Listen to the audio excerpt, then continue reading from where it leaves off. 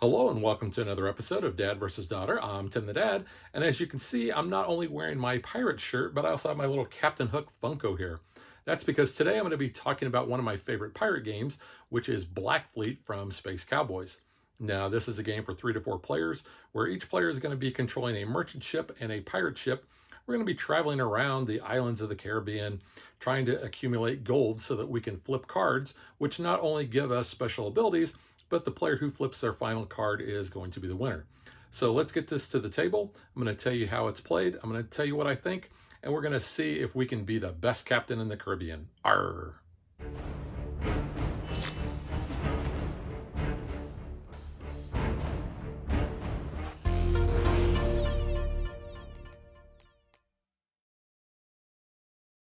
To begin with setup, the first thing you're going to do is you are going to separate out all these little cubes and you are going to put those on the island that matches the color. So we have purple, yellow, green, blue, and red. Then you're going to take the two Navy ships and you're going to place them on their indicated spots in the board. So yellow goes where the yellow ship is at and purple will go where the purple ship is at. You're going to have a set of cards that have numbers on them. You'll see we have 5, 8, 11, and 14. And each one of those is going to be different. So you're going to shuffle those up and you're going to deal one of those out to each player. And they're going to form this little picture that you see down here. Now, the last card is the victory card that shows the governor's daughter. It says if you want a shorter game, or if this is your first game, you're going to use the card that has 10 on there. However, I always like to have a little bit longer game, so I'm going to use the card that has 20.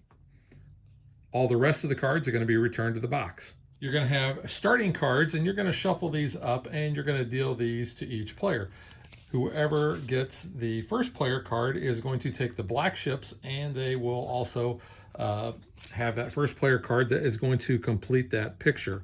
Everyone else would take their indicated colored ship, and they'll place that in their diagram as well.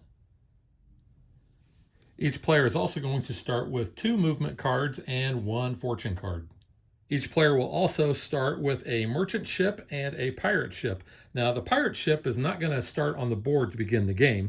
They'll come in as soon as you play your movement card.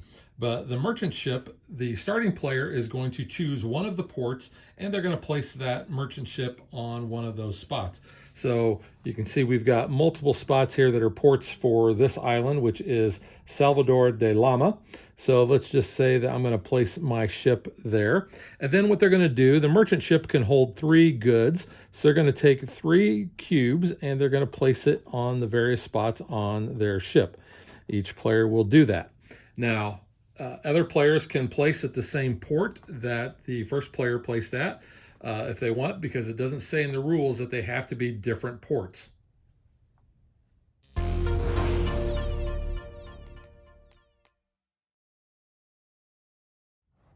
Now, the object of the game is to flip over all of your cards here. You have to flip over these first 4, and you can do those in any order. And then finally, the last card that you're going to flip is your victory card, which shows the governor's daughter. Now, in order to flip these, you are going to pay the cost. And you can see this one will cost 5. So if I pay 5 coins, then I can flip this card over. And on the back side, all of these are different abilities that you're going to be able to do. So you can see in this one, Secret Plans, it says when your pirate ship attacks a merchant, you're going to gain 4 doubloons instead of 2. So that's a way that you're going to be able to accumulate more money faster. There are a number of ways that you're going to be able to earn doubloons.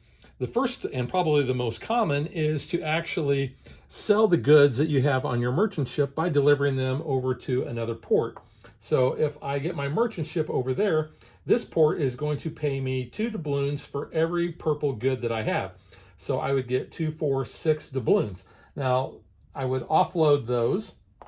Those are going to be returned back to the appropriate colored port. And then I will immediately load up 3 of the goods that are at that port. Another way that you're going to be able to earn doubloons is if your pirate ship, and let's just say that the brown player here is adjacent to a merchant ship, and it doesn't matter if they're in port or not. There's no safe harbors in the Caribbean. They are going to be able to attack for an action and take one of the cubes off of the merchant and put it onto their pirate ship. Now, that normally will pay 2 doubloons when they do that. However, like I showed you, some cards may allow you to earn more than that. And then, as a different action, after I move, I may go to a different island. Let's say that I am traveling down to this island. I can actually bury this treasure for the cost that is printed here. In this case, that would be 4 doubloons. So I would take that good and I would return it back to the island, and then I would collect 4 doubloons.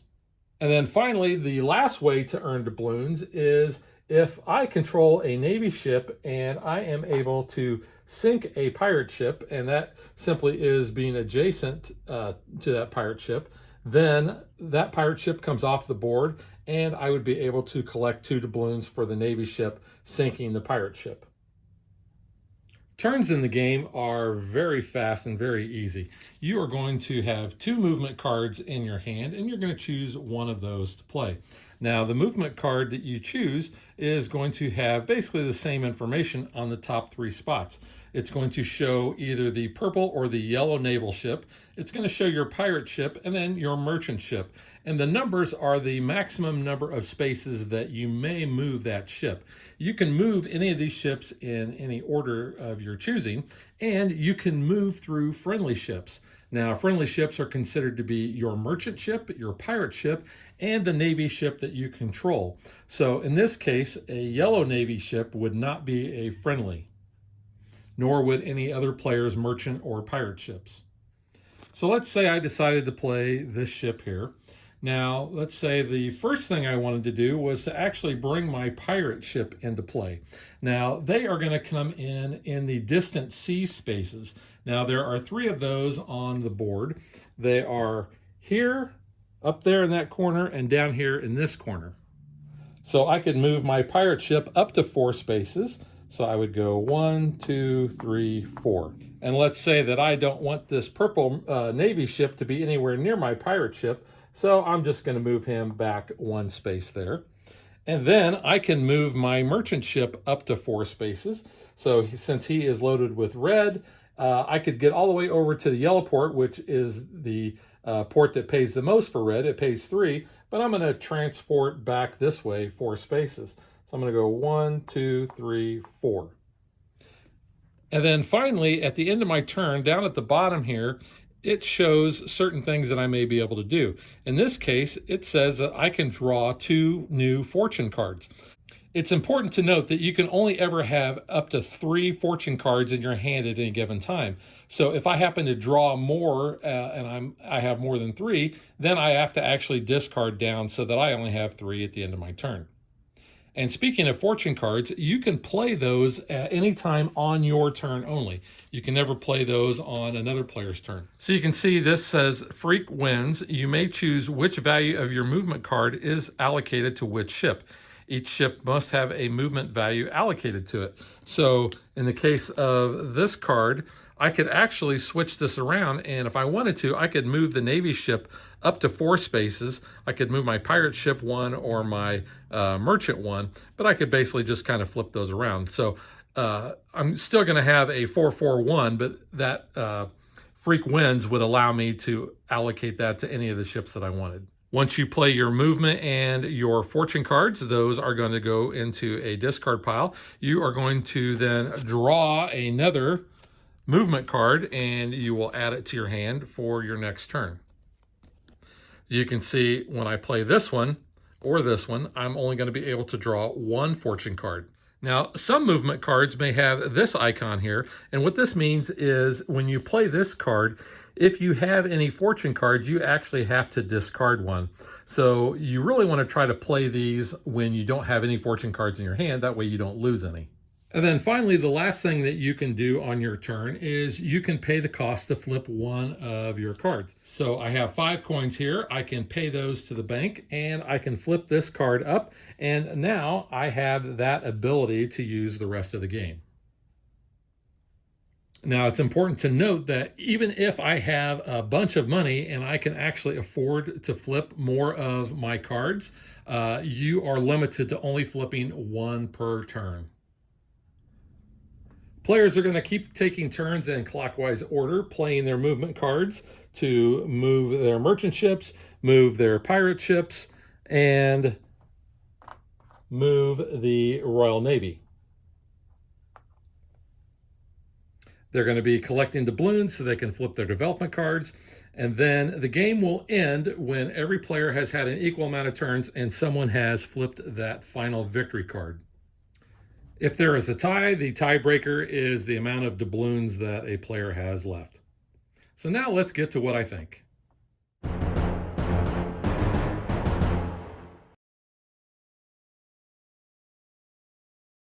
First off, let's talk about table presence, because the components in this game are really cool.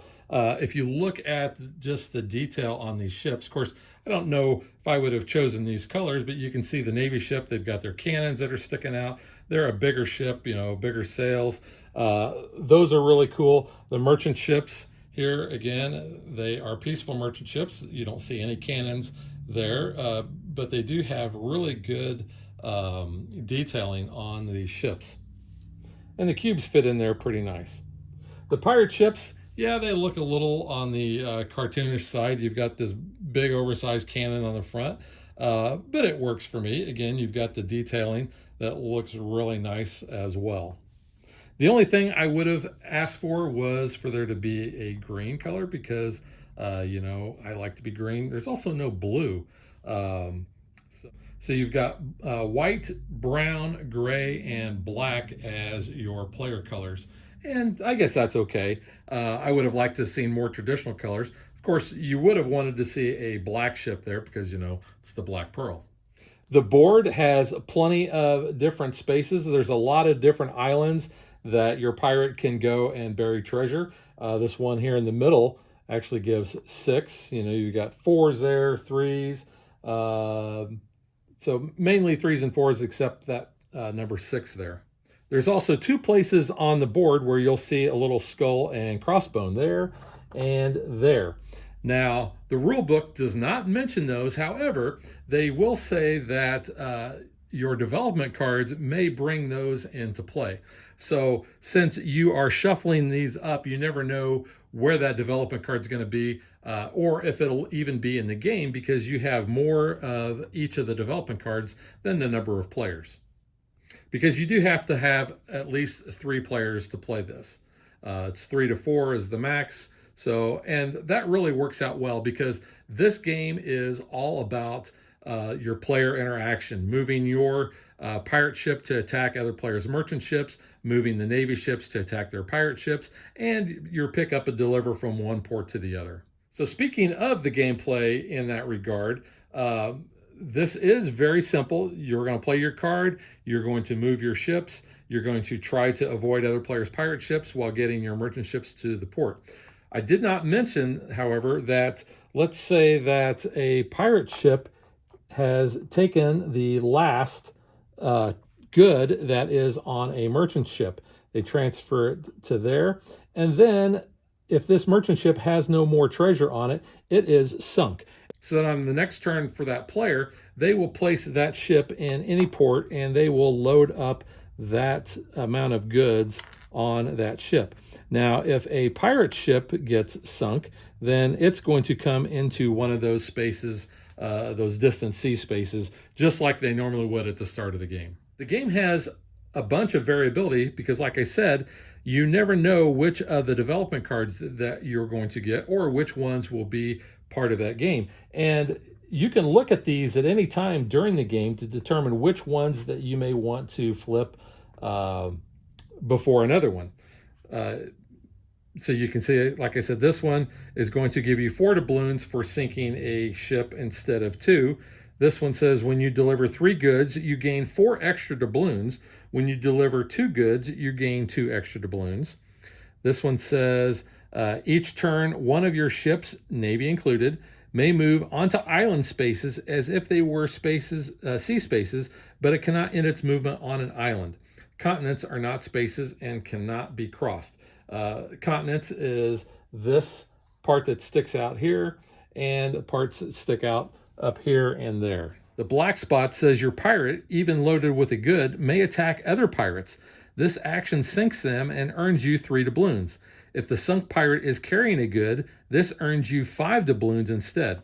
Your pirate doesn't receive the good, but that is an action. And then your victory card says, when you reveal this card, check who is the first player and finish the turn. Once the last turn is over, the winner is the richest one among the players who had the in-game card revealed. And you have a number of movement cards, and they're all going to show, different values here. Here you can see 5s.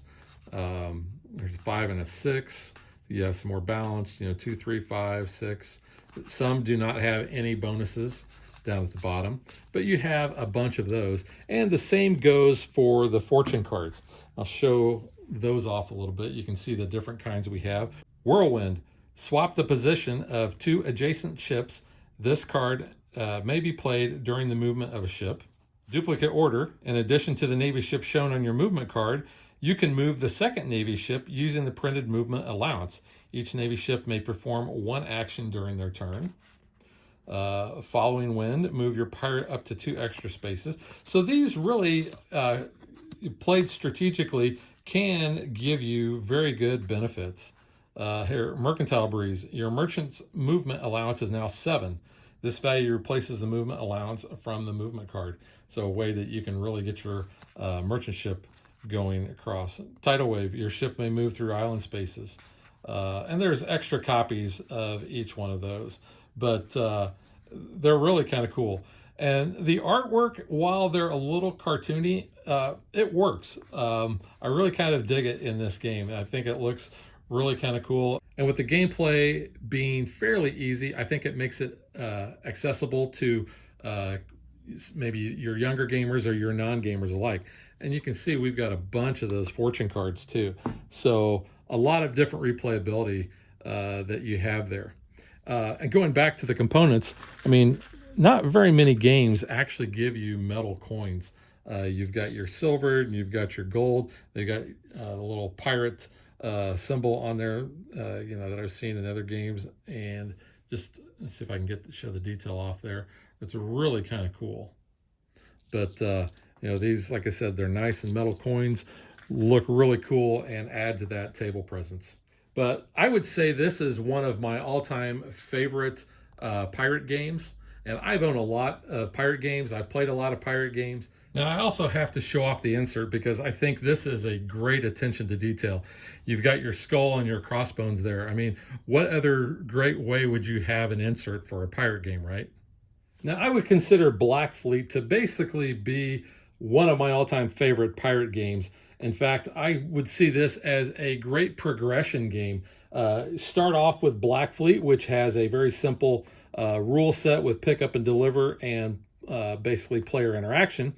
Then moving up to Shiver Me Timbers, which basically takes that to the next level with the pick up and deliver and your interaction.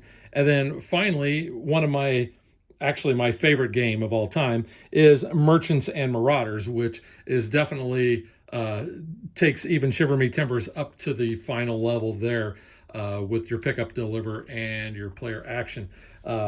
So start off with Black Fleet, graduate to Shiver Me Timbers, and then get your master's degree in Merchants and Marauders.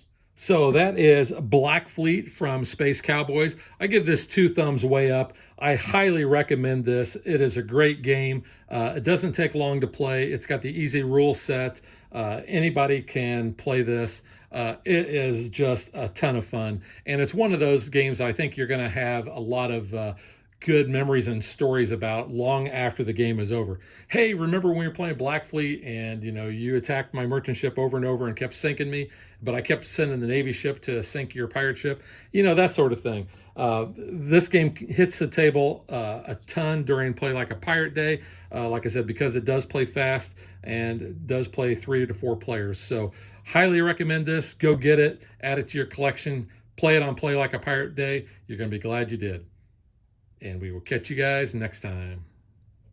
Thanks for watching our video. We hope you enjoyed it. And if you did, click that like and subscribe button. You can also follow us on social media like Facebook and Twitter at DadVDaughter. And if you like what we do and you want to support us, you can visit our Patreon page. So thanks for watching. Thanks.